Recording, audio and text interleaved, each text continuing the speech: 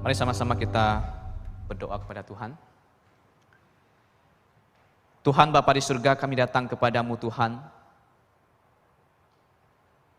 Di tengah-tengah dunia yang tidak ada kepastian ini, Engkaulah yang memberikan kepastian kepada kami.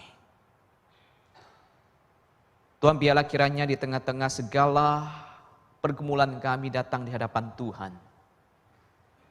Karena kami percaya Tuhan, Kau adalah Allah yang senantiasa dan terus bekerja dalam kehidupan kami sampai hari ini. Dan biarlah Tuhan, kiranya Engkau boleh terus berbicara kepada kami sehingga dalam kehidupan kami sebagai anak-anak Tuhan,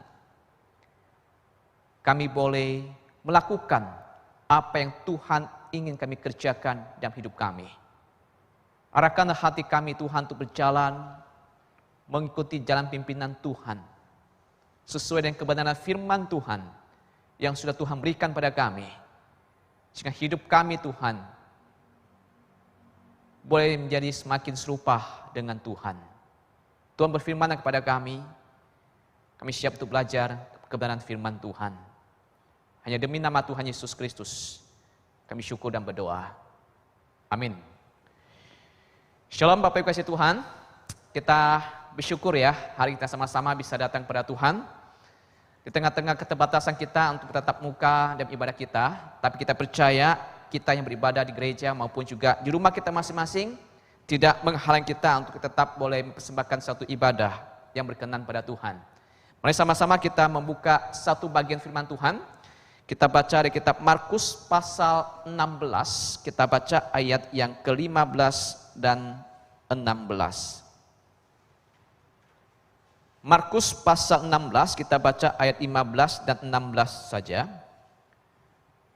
Kitab Markus pasal yang terakhir ya, pasal yang ke-16. Kita baca ayat 15 dan 16, saya akan bacakan buat kita semua. Lalu Yesus berkata kepada mereka, "Pergilah ke seluruh dunia, beritakanlah Injil kepada segala makhluk.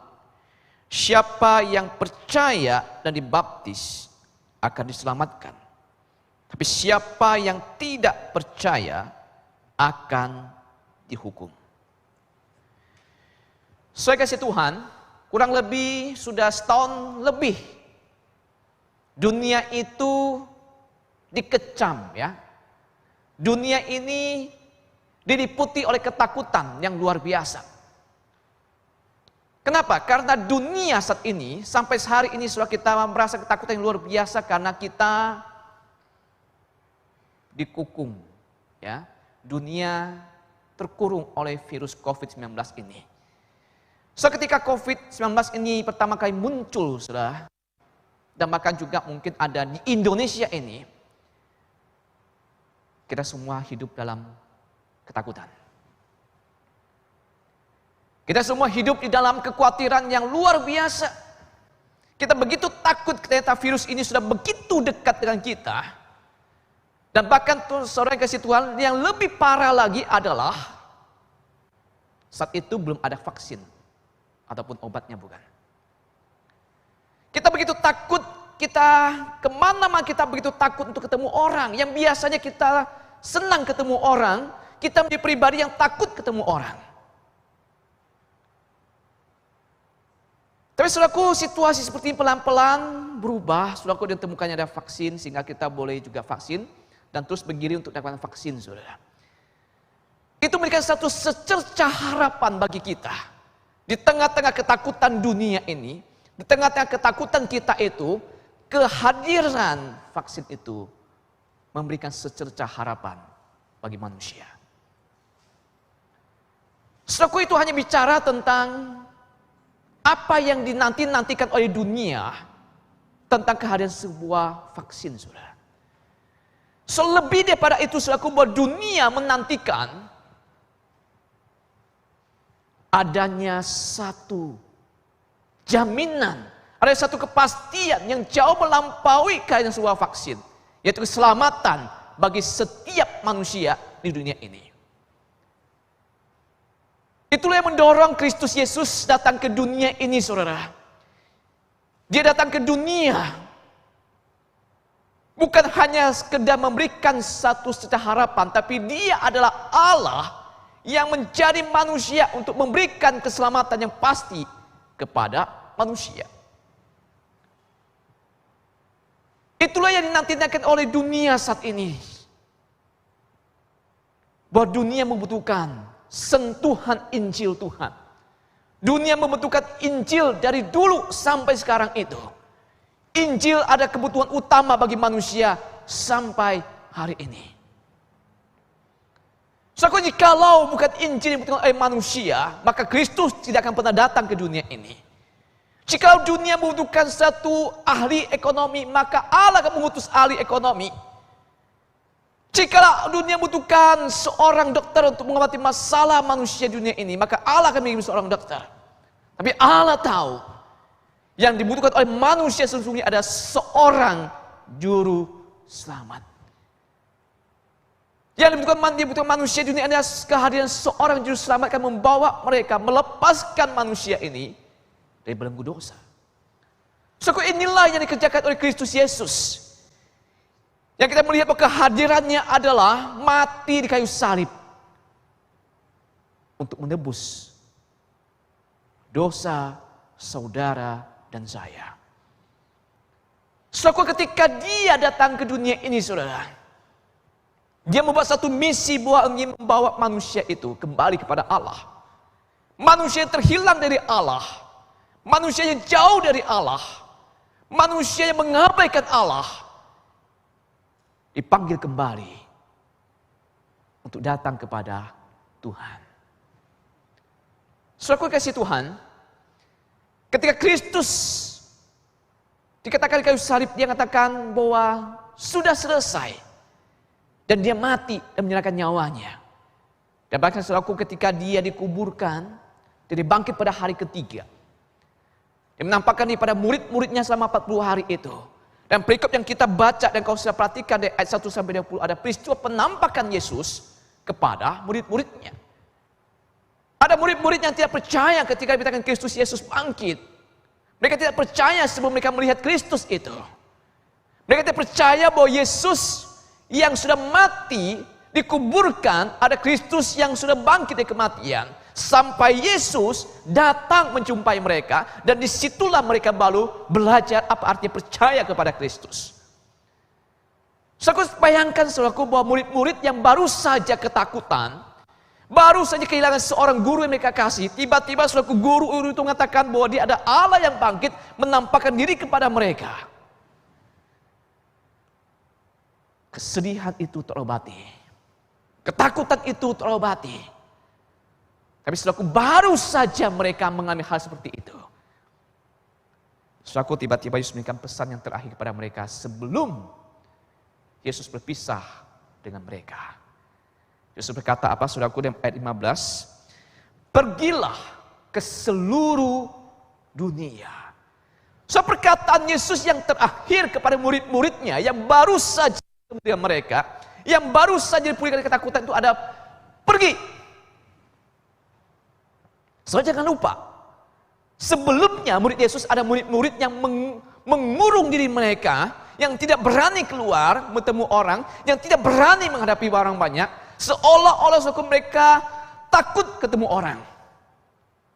Gak jauh beda bukan dengan kita saat ini, kita takut ketemu orang, saudara. Murid-murid Yesus lebih takut lagi ketemu orang karena mereka takut mereka juga dipenjara, ditangkap sebagai anak Tuhan. Tapi di tengah-tengah mereka yang baru berani keluar itu, yang baru saja mereka berani keluar bersama Yesus, Yesus meminta mereka pergi. Sebelumnya mereka takut bertemu dengan orang, sebelumnya mereka mengurung di dalam rumah masing-masing, sebelumnya mereka tidak berani bertemu orang banyak, tapi Yesus berkata kepada mereka, pergi. Soalnya di tengah-tengah ketakutan yang baru saja mereka alami itu, Yesus tidak berkata kamu tetap tinggal, tetap setia.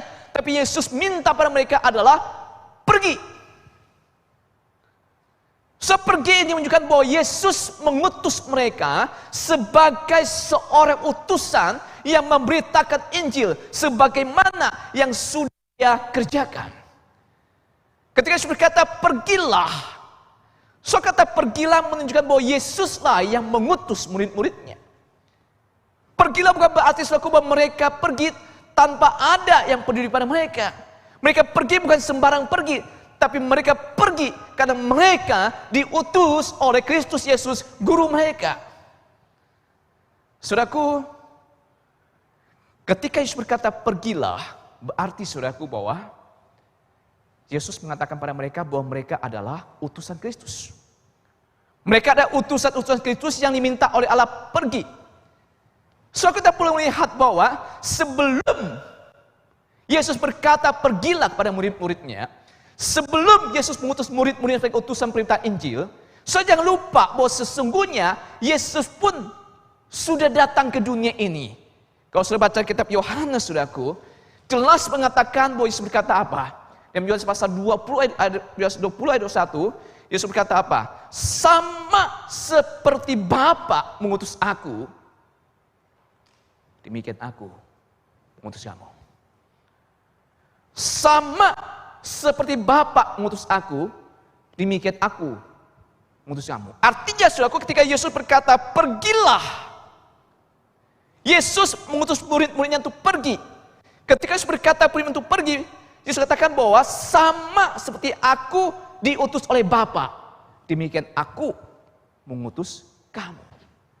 Artinya saudaraku bahwa kepergian murid-muridnya itu untuk memberitakan Injil ada sejalan dengan apa? Misi Allah Bapa yang mengutus Yesus datang ke dunia.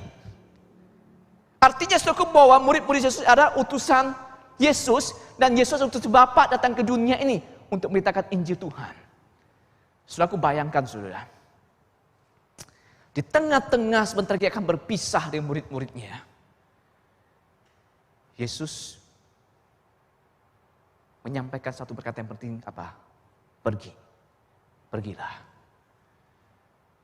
Suatu berarti saudaraku, itulah perkataan yang penting bagi pengikutnya, yaitu pergi.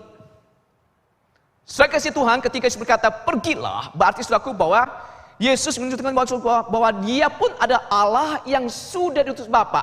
Diutus dari mana saudaraku? Dari sorga, pergi ke dunia ini. Pergi masuk ke dunia, dia ada Allah dari utus Bapa dari sorga, pergi masuk ke dunia ini. Artinya saudaraku, dia ada Allah, bukanlah Allah yang berdiam, tapi dia adalah Allah yang bergerak, saudaraku. Bergerak keluar dari sorga, datang ke dunia, mencari manusia. Dia adalah Allah yang meninggalkan tatanya di sorga, bergerak, pergi ke dunia, datang ke dunia ini, mencari manusia. Saudaraku, Allah adalah Allah. Kalau dia adalah Allah, maka dia adalah Allah yang tidak bergantung pada manusia. Kalau dia adalah Allah yang tidak membutuhkan sesuatu dari luar dirinya untuk menjadikan dia sebagai Allah. Tapi dalam keadaan dia sebagai Allah yang tidak membutuhkan apapun, siapapun, dia adalah Allah yang bergerak keluar untuk mencari manusia.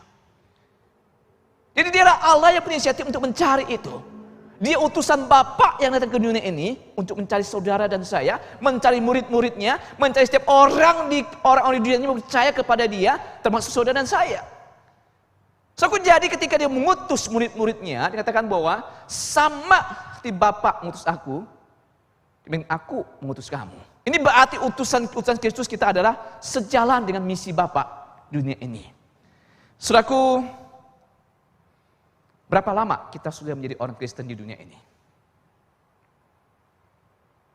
Apakah kata pergilah itu masih menggelora di dalam hati kita, saudara?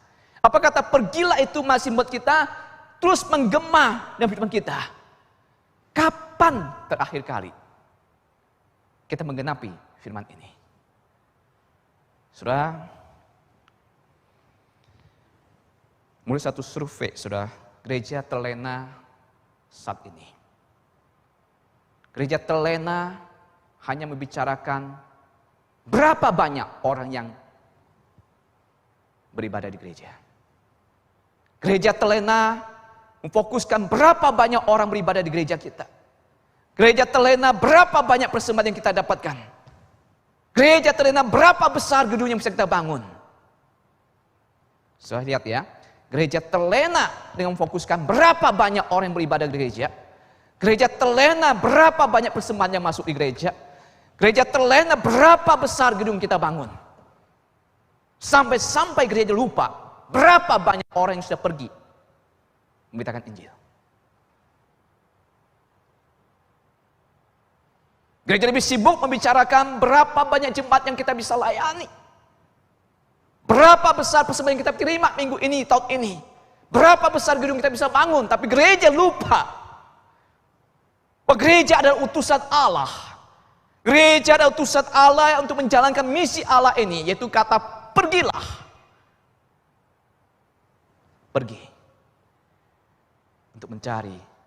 Sama seperti dicari oleh Kristus. So, tentu saja ketika kita Yesus berkata pergilah, ini berarti selaku kita bukan mencari orang yang sudah percaya pada Tuhan, bukan saudara. Kata pergi juga bahwa kita mencari orang-orang yang belum percaya kepada Allah. Kita mencari domba-domba yang terhilang. Kita mencari domba-domba yang belum percaya kepada Allah. Kata pergi juga bahwa kita harus menjumpai orang-orang yang belum duduk di kursi gereja. Orang-orang yang belum duduk di kursi gereja. Mereka lah yang Tuhan kita cari, saudara. Tapi sayangnya, saudara, berapa banyak kita itu punya kenalan, koneksi yang bukan orang Kristen. Kalau saudara lihat HP saudara, di phonebook saudara, berapa banyak orang yang tidak percaya Tuhan di dalamnya? Kepada siapa kita lebih menghabiskan waktu kita selama ini? So kata pergi berarti Yesus tidak meminta mereka stay sama-sama. Oh kita kumpul yuk murid-murid yuk. Semua murid kumpul-kumpul. Kita reuni. Sebatas murid-murid itu tidak, tapi mereka minta pergi. Pergi berarti ada kalanya mereka harus pergi berpisah satu sama lain. Pergi berarti mereka harus meninggalkan satu sama lain. Tapi pergi juga menunjukkan selaku bahwa mereka mungkin tidak bisa sama-sama lagi. Tapi mereka pergi sesuai dengan perintah guru mereka untuk memberitakan Injil. So kata pergi mungkin kita nggak terlalu suka, saudara. Kita lebih suka kita tinggal, bukan? Kita lebih suka kita duduk, bukan? Karena pergi berarti ada satu gerakan aktivitas keluar daripada apa? Keluar dari kenyamanan kita. Keluar daripada apa? Gerakan keluar daripada apa? Selaku ketidakpengetahuan kita. Karena pergi berarti ada satu gerakan yang kita harus kerjakan. Meninggalkan. Ketakutan kita mungkin untuk membawa orang pada Tuhan. Meninggalkan kenyamanan kita. Meninggalkan ketakutan kita untuk ngomong kepada orang. So kata pergi ini bagus sekali kalau kita perhatikan saudaraku. Bahwa kata pergi justru menunjukkan apa? Ini menjadi konsentrasi Yesus. Menjadikan murid-muridnya ada murid-murid yang pergi memberitakan Injil.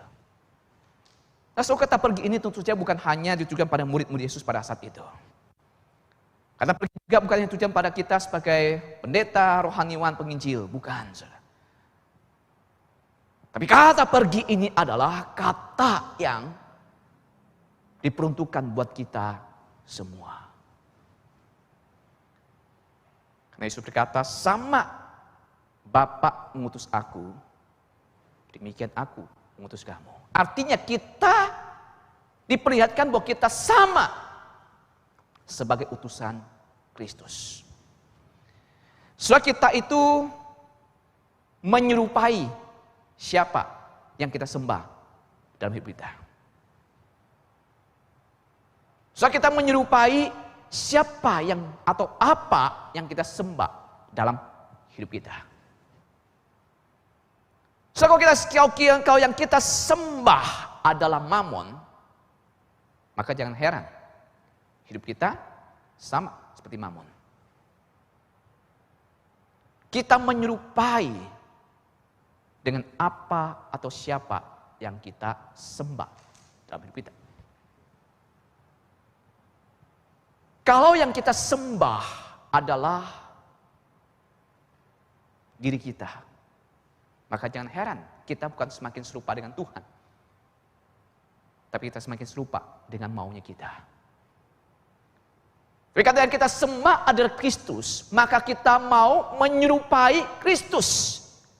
Kristus yang mencari manusia, kita menyerupai Kristus adalah Kristus yang mencari manusia, kita menyerupai Kristus adalah orang yang mencari yang terhilang itu. Kalau gereja ada gereja yang menyerupai Kristus, maka gereja ada gereja yang membawa orang kepada Tuhan. Nah, saudara, apa yang kita coba prioritaskan dalam kita sampai hari ini? Apakah kita sadar bahwa kita ini sampai saat ini ada utusan-utusan Allah yang dipercayakan satu amanat yang begitu penting, yaitu untuk memberitakan Injil Tuhan. Saudaraku, karena itu kalau kita menjadi seorang pemberita, tentu saja saudaraku kita sadar bahwa kita adalah utusan Allah yang menyerupai Allah, yang ketika orang melihat hidup saudara dan saya, ketika orang melihat kehidupan saudara dan saya, dia melihat bahwa di dalam kita itu Kristus hadir dalam kehidupan kita. Ketika orang melihat saudara dan saya, orang bisa melihat bahwa Kristus itu hadir dalam kehidupan saudara dan saya. Saudaraku, bagaimana orang bisa melihat bahwa Kristus hadir dalam kehidupan saudara dan saya, jikalau kita memakai uang, kita menggunakan uang kita, tidak ada bedanya dengan orang yang tidak percaya pada Tuhan. Bagaimana orang bisa melihat Kristus hadir dalam kehidupan saudara dan saya, jikalau orang melihat bahwa kita menggunakan gadget kita, tidak ada bedanya dengan orang lain yang tidak percaya menggunakan gadget. Bagaimana orang bisa melihat Kristus Yesus hadir dalam kehidupan kita, jikalau dunia melihat bahwa cara kita memakai mulut kita, tidak ada bedanya dengan dunia memakai mulutnya. Bagaimana orang bisa melihat Kristus hadir dalam kehidupan kita, jikalau kita di dalam kita memakai waktu kita, tidak ada bedanya dengan orang lain memakai waktu di dunia ini. Selaku jadi tugas kita adalah bagaimana ketika kita pergi, kita melihat, kita menghadirkan bahwa di dalam diri kita itu orang bisa melihat ada kehadiran Kristus.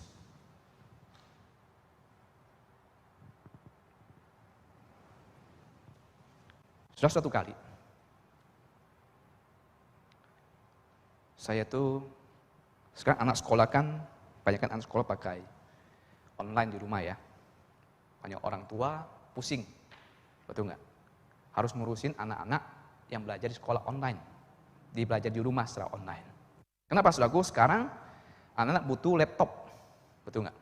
Belajar di rumah. Butuh apa lagi? Internet yang bagus, betul nggak? Kalau internetnya macet, yang pusing bukan hanya anak-anak, kita juga pusing. Anaknya bilang, "Pa, Ma, gimana ini internetnya macet nih, gimana ini?"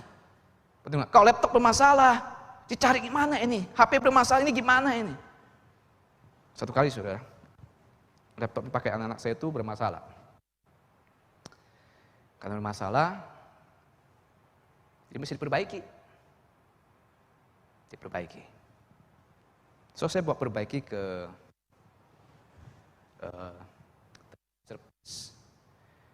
laptop ya. Suatu servis saya bilang, "Kok tolong ini ya diperbaiki." Oh, dia harus install ulang. Ya udah install ulang. Mas saya waktu install ulang, saya tidak membawa kepala chargernya, kepala charge itu ke listrik itu saya nggak bawa, ketinggalan. Nah jadi engkau bilang udah nggak apa-apa pakai punya saya aja. Nah dia pakai sudah. Saudara, setelah pakai, saya install, terus saya pulang. Dia bilang, "Oh udah selesai." Oke, saya pulang. So saya pulang, sampai di rumah waktu saya mau buka laptop, mau colok listrik itu, saya lihat kepala chargernya itu bukan punya saya ini. Bukan punya saya. Dan itu masih ada catatan di logonya itu ada harganya. Toko itu masih ada tulisan harganya berapa. Gak seberapa sih saudara. Menurut saudara, kalau saudara jadi saudara kembalikan pada orang itu enggak? Kembalikan enggak? Aduh, karena toko cukup jauh ya. Aduh, nanti aja deh. Masa saya mesti sengaja? Atau kita biarin juga bisa lah. Coba kepala charger, hal yang biasa. Saudara, nggak apa-apa mungkin. Ada suara yang katakan kamu harus kembalikan. Kembalikan, itu punya orang.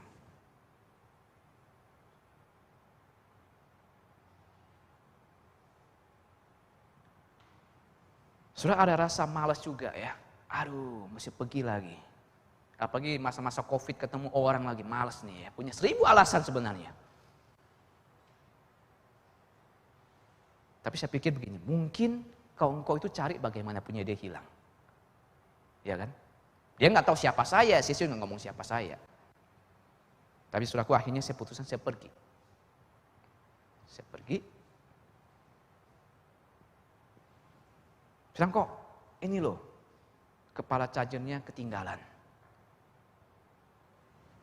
So, saya cuma ngomong begitu doang, saudara. Saudara tahu, si engkau yang perbaiki itu, tanya saya satu hal begini. Kok ke gereja mana?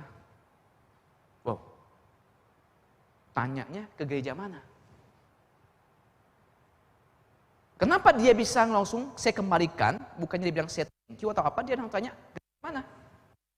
Ada apa saudara? Saya tidak pernah bilang saya itu hamba Tuhan sama dia, enggak.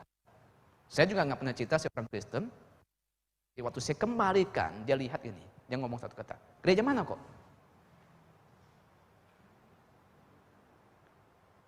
Saudara, berarti dunia melihat. Berarti dunia melihat saudara ketika saudara bertindak sesuatu, saudara berbuat sesuatu, adakah satu yang membedakan saudara sebagai orang yang percaya kepada Allah dengan orang yang tidak percaya kepada Allah? Dunia menantikan saudaraku bahwa di tengah-tengah dunia ini saudaraku ada orang yang ketika dia bertindak, dia berkata, dia berbuat, ada satu perbuatan, ada satu tindakan, ada satu kata-kata yang dia lihat itu berbeda dengan dunia ini. Jadi ketika saudara keluar, pergi itu, mungkin saudara berkata, saya tidak pintar bicara. Saya bukan orang yang fasih lidah. Saya kalau ngomong tentang ini saya takut. Tapi saudaraku, saudara bisa lakukan itu dengan saudara berikan satu sikap hidup yang berbeda. Yang tidak sama. Yang ketika orang melihat hidup saudara dan saya, orang bisa percaya dan melihat itu Kristus hadir dalam hidup saudara dan saya. Saudaraku, itulah yang jauh lebih penting. Bahwa Injil yang hidup dalam saudara dan saya itu jauh akan lebih kuat berbicara daripada 1000 kata yang saudara katakan. Tapi kalau hidup kita pada Kristus itu jauh lebih kuat.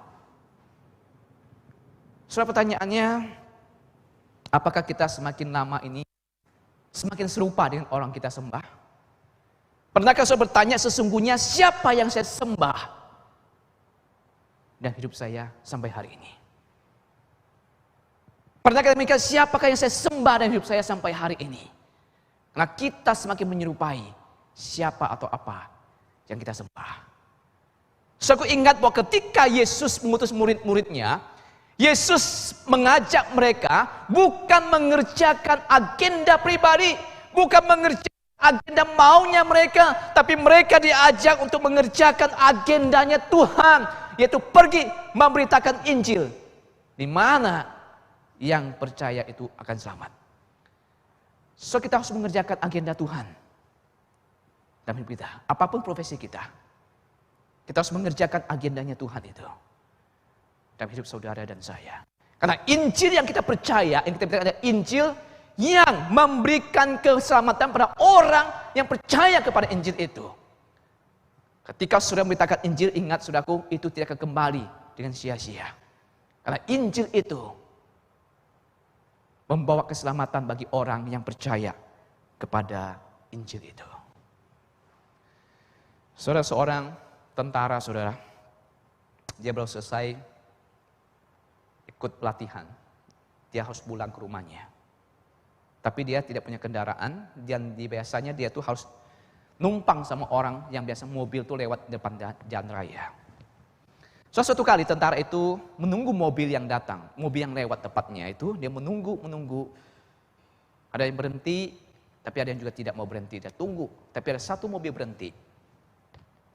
Dia tanya mau kemana? Dia sebutin kotanya, dia bilang 1 perjalanan, ayo saya antar. Setelah akhirnya tentara itu masuk mobil itu, mereka berjalan, dia pergi dengan bapak yang membawa mobil itu. So di perjalanan mobil itu, bapak itu cerita hidupnya. Dan tentara ini pun juga menceritakan pengalaman hidupnya. Terus dia pembicaraan itu sampai akhirnya tentara itu terdorong untuk memberitakan Injil Tuhan. Bapak itu. Sebelum sampai di rumahnya, bapak itu sudah di PI.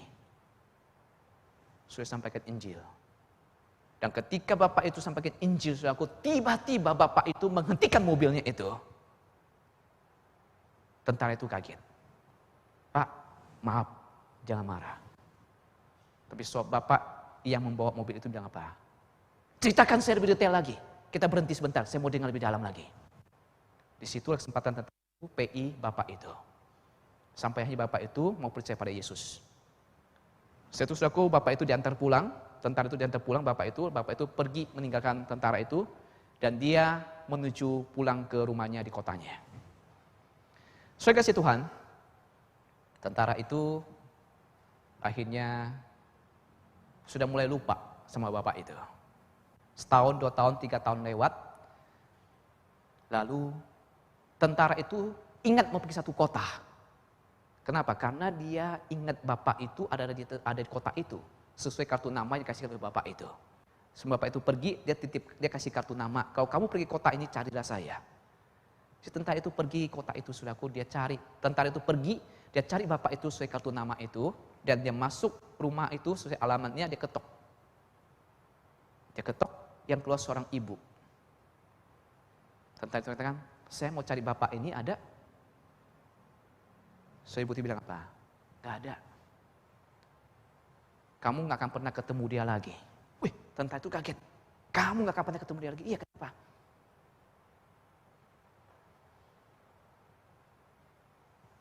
Karena dia meninggal, kata istrinya. Tentara itu kaget, so dia sudah meninggal. Istrinya sedih sekali, dia bilang. Saya merasa kehilangan suami saya. Dan bapak dia bilang, kamu tahu gak? Selama ini saya sudah mendoakan suami saya supaya bisa percaya kepada Tuhan. Bertahun-tahun saya doakan. Tapi dia tidak mau percaya. Sampai akhirnya dia meninggal. So tentara itu bingung. Sudah meninggal. Kapan meninggalnya? Dia ceritain saudaraku tanggal sekian. Kejadiannya jam berapa, di hari apa. Di mana kejadiannya. Tentara itu baru sadar saudaraku bahwa kejadian suaminya meninggal itu adalah setelah dia mengantar tentara itu pulang ke rumahnya. Dan akhirnya bapak itu waktu setelah mengantar, dia perjalanan pulang, bapak itu mengalami kecelakaan dan meninggal. Ibu itu istrinya tidak pernah tahu sebelum suaminya meninggal, sudah di PI oleh tentara tadi. Saudara, Tuhan selalu menghadirkan orang-orang tertentu dari saudara dan saya, untuk saudara punya tanggung jawab untuk bawa dia kepada Tuhan. Akan ada orang-orang sekeliling saudara yang memang Tuhan hadirkan untuk menjadi bagian saudara untuk bawa dia percaya pada Tuhan. Pekahkah kita kalau ada orang-orang tertentu yang Tuhan ingin saudara itu jadikan alatnya, utusannya untuk bawa orang itu kepada Tuhan. Tuhan tolong kita semua. Mari kita berdoa. Tuhan, kami bersyukur ketika Tuhan menyelamatkan kami. Tuhan tidak ingin kami menikmati keselamatan itu sendirian. Sama seperti Bapa mengutus Kristus Yesus. Demikian juga Yesus Kristus mengutus kami, setiap kami anak-anak Tuhan, untuk pergi mencari pemberita-pemberita Injil Tuhan kepada orang-orang kami yang belum percaya pada Tuhan. Dan bukan satu kebetulan Tuhan jikalau Engkau mempertemukan kami dengan orang-orang yang belum percaya pada Engkau yang ada di sekeliling hidup kami. Mungkin itu keluarga kami, tetangga kami, ataupun juga teman sekantor kami. Ada bagian yang kami harus kerjakan untuk menjadi saksi, menjadi utusan Kristus di tengah-tengah dunia yang belum mengenal Engkau ini. Tuhan pakai kami, biarlah kehadiran kepada gereja GKY VT ini menjadi berkat. Berkati Tuhan hamba-Mu untuk Bapak Pendeta Hendy, beserta semua, pakai mereka dan juga segenap hamba Tuhan. Segenap pengurus untuk pakai menjadi utusan-utusan Kristus yang membawa jiwa-jiwa yang terhilang kepada Engkau. Tuhan, dengarlah doa kami, hanya demi nama Tuhan Yesus. Kami bersyukur dan berdoa. Amin.